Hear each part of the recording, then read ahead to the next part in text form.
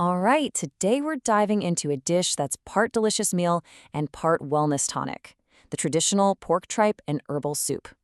We're going to unlock the secrets behind what makes this dish so incredible, taking it from something you only get at a restaurant to something you can absolutely nail in your own kitchen. So, have you ever had this happen? You follow a recipe to the letter, you buy all the right ingredients, and the final dish is just kind of meh? Maybe the flavor's a little off, some things are mushy, other things are tough. Well, the difference between an okay soup and a phenomenal one is all in a few key details, and we're going to unpack every single one. And you'll definitely want to master this, because this isn't just about dinner, it's about wellness. In traditional food therapy, this soup is designed to do some amazing things: strengthen your digestion, combat internal dryness, and replenish your blood and your qi, which you can think of as your body's essential life force or energy. It's a gentle, harmonizing tonic, and that whole philosophy of harmony, that is the secret ingredient in every step we're about to take. So, where do we even begin?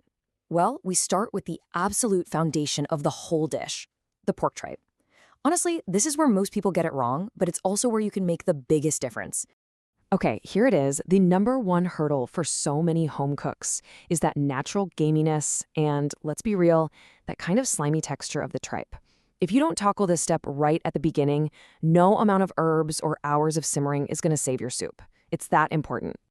But don't worry, our source material lays out this foolproof 5-step ritual.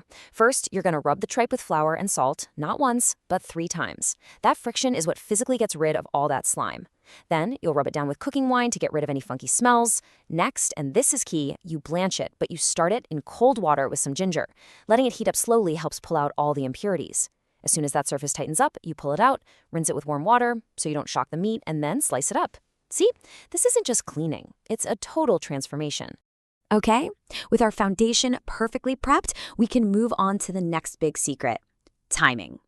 This is all about conducting an herbal symphony, where every single ingredient gets its moment to shine, without getting lost in the noise. And this is the million-dollar question, right? You've got tough pork tripe, you've got firm stuff like yam and lotus seeds, and then you have these super delicate lily bulbs and goji berries. If you just dump them all in the pot at the same time, you're going to have a textural disaster.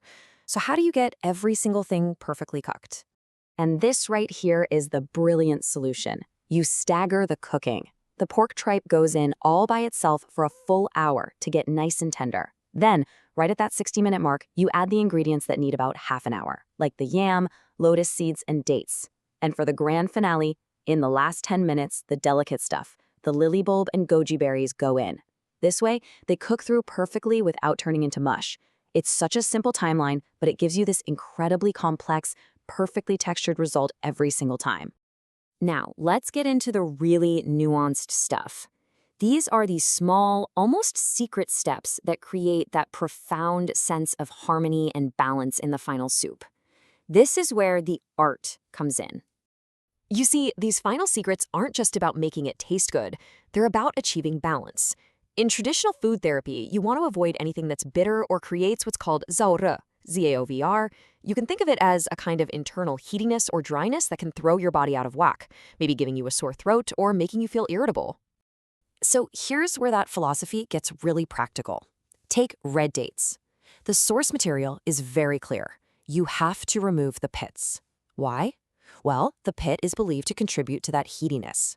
By taking it out, you make sure the soup has a gentle, purely nourishing effect, with none of those unwanted drying properties. It's a tiny detail with a big impact. And it's the exact same idea with lotus seeds. You have to use the ones with the core removed. That tiny little green sprout inside is described as G-cool, which means intensely bitter. We're talking soup-ruining bitter. Leaving it in would just steamroll that delicate, sweet flavor profile we've worked so hard to build. Taking it out is absolutely essential, both for the taste and for maintaining that gentle, harmonious nature of the soup. So after all those meticulous steps, we finally brought everything together into the perfect bowl of wellness. Let's just quickly recap the key principles that got us to this beautiful result.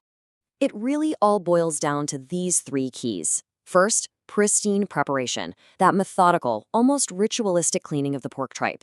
It's completely non-negotiable. Second, patient timing, respecting that every ingredient is different and adding them in stages. And third, purposeful details, those small but vital steps like pitting the dates and decoring the lotus seeds that create true balance and harmony.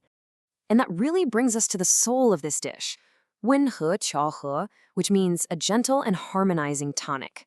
Every single step we've covered, from that intense cleaning to the precise timing to removing a teeny tiny bitter core, it all serves this one single purpose. So the next time you make this soup, remember, you're not just following a recipe, you're literally creating harmony in a bowl. And it makes you wonder, what other culinary traditions hide this much philosophy in their preparation?